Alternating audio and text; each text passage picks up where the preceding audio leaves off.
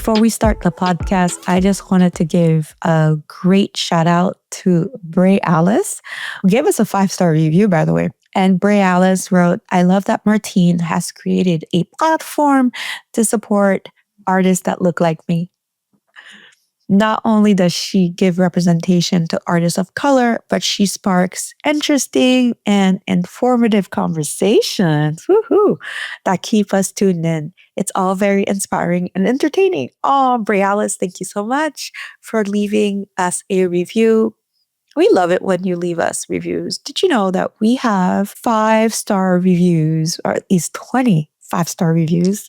These reviews are really important. They help other people just like you find this podcast to hear what artists of color are doing out there and how they're being all fabulous and making really beautiful work. Please review. Thank you.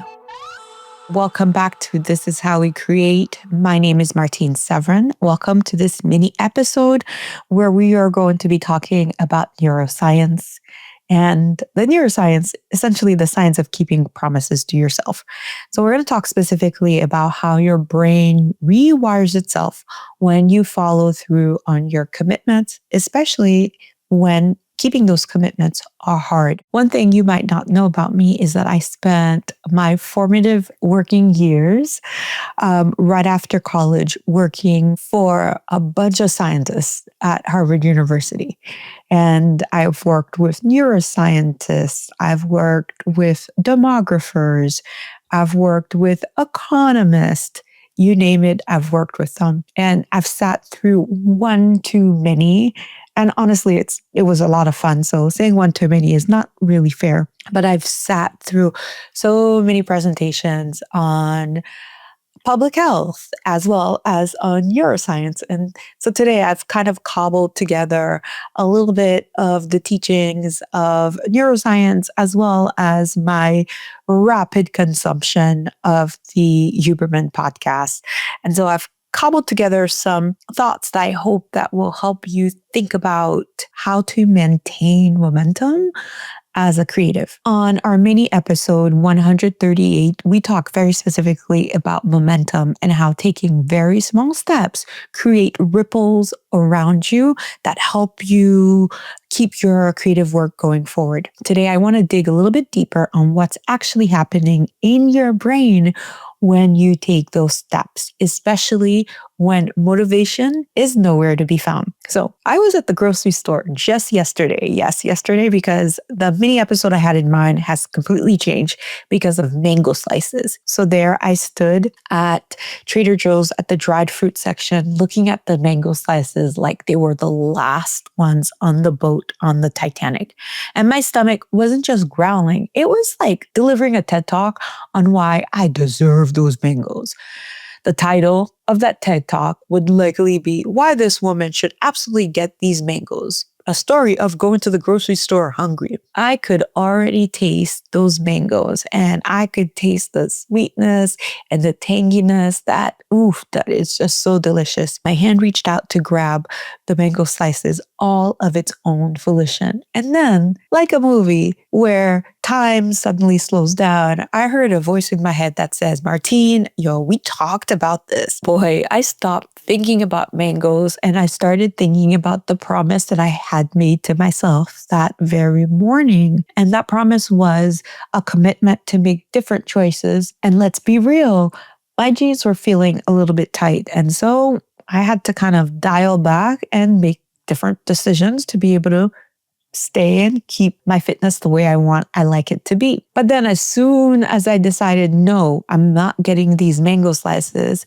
why did another side of me start questioning all my choices? I had these excruciating seconds where there was a fight literally happening in my brain. There was the impulsive, pleasure-seeking Martine that was screaming, mangoes, mangoes, while my prefrontal cortex and the adult in the room was saying calmly, not today, Martina, not today. My brain was basically doing like that meme of the two Supermen pointing at each other, except one was holding the mangoes and then another one was holding a salad. Needless to say, I put the mangoes back. And when I actually walked out of Trader Joe's, I felt something that was really surprising. Not deprivation, but a tiny surge of power because I had proven to myself that I could do it. When you decide to stick with your gumption, with your goals, like putting the mangoes back, you rewire your brain, which brings us back to what we talked about last mini episode, which is all about momentum. So imagine your brain's neural pathways as trails in a dense forest. The first time that you push through the underbrush to reach like a beautiful outlook from this forest, it is exhausting. But the second time you go through, it's easier. By the 10th time, though, there's a visible path.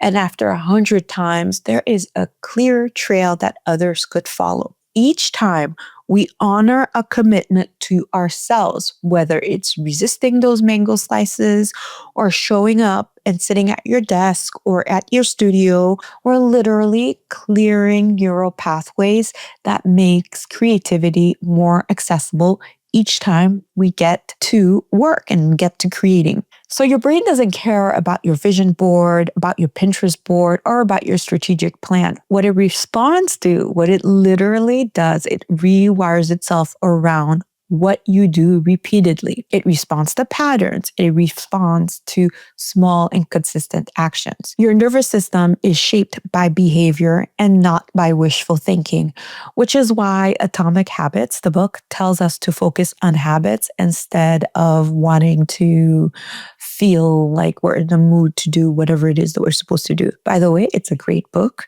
Atomic Habits, if you haven't read it. But this reminds me of my friend Nena, who's an incredible painter. And we were chatting last week. She talked about how she hadn't touched her work in a week. She says that when she started her first series, she was on fire.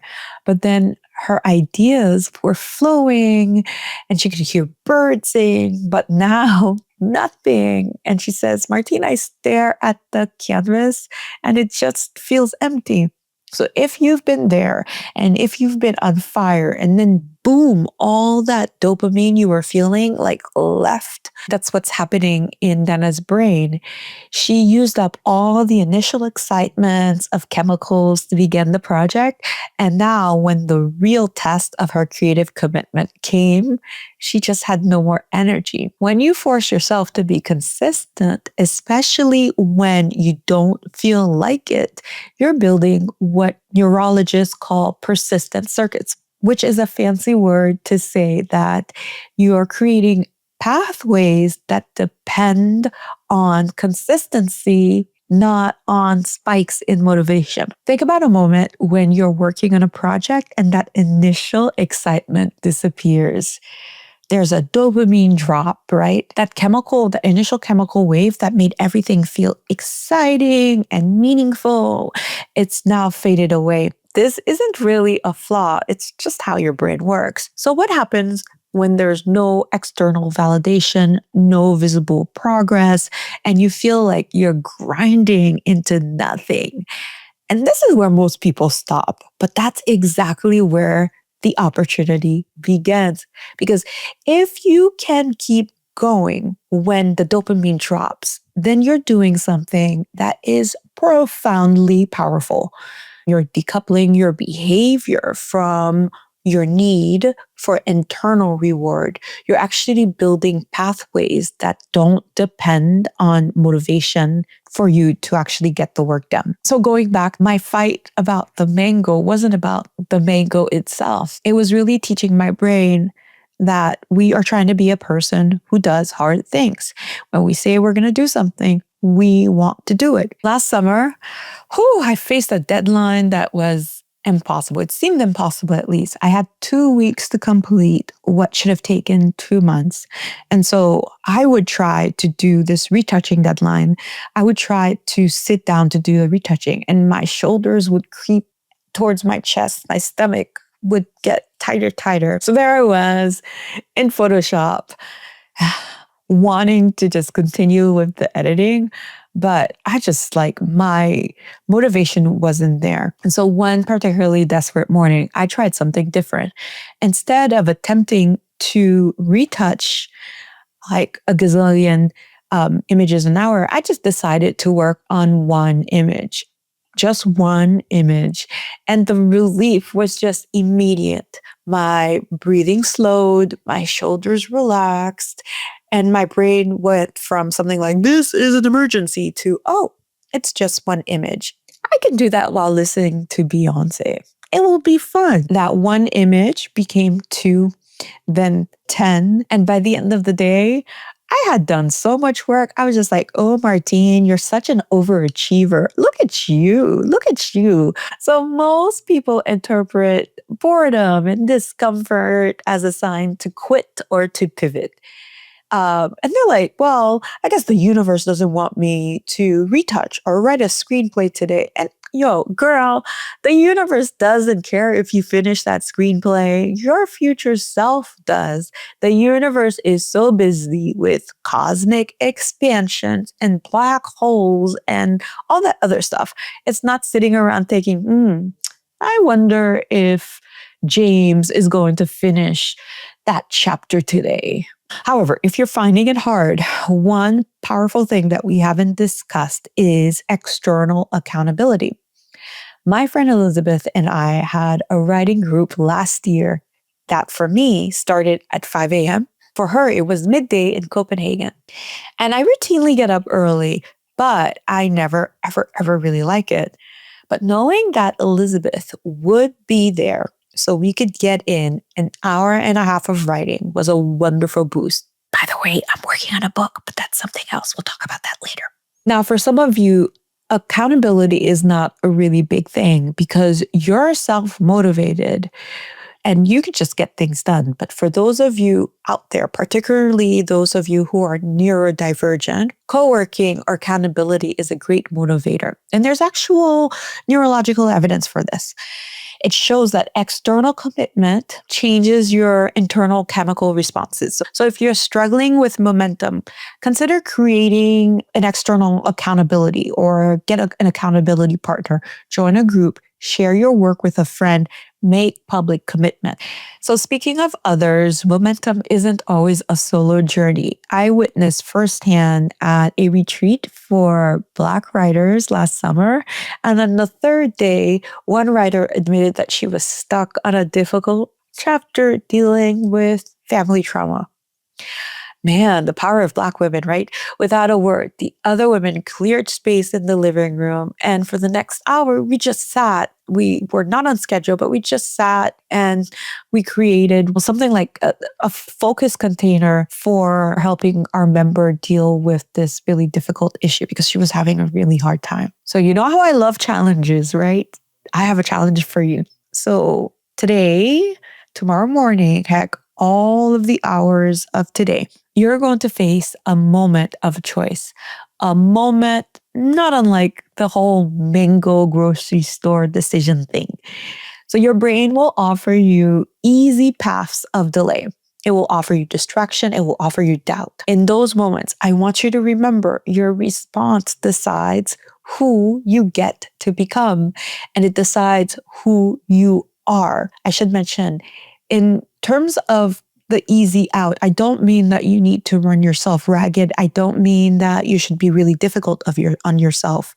I definitely mean that if you are avoiding your work, mainly out of procrastination, or you're not doing what you're supposed to do, and you know you're not doing what you're supposed to do, consider making different decisions. If you are tired and you need to rest, that's something altogether.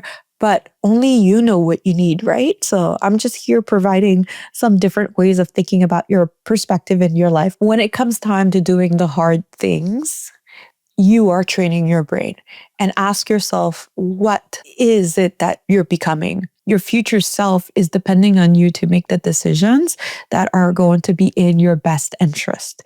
So make the decision that is in your best interest and teach your brain that you keep your commitments to yourself. And who knows, your future self will be like, thank you for not giving up, right?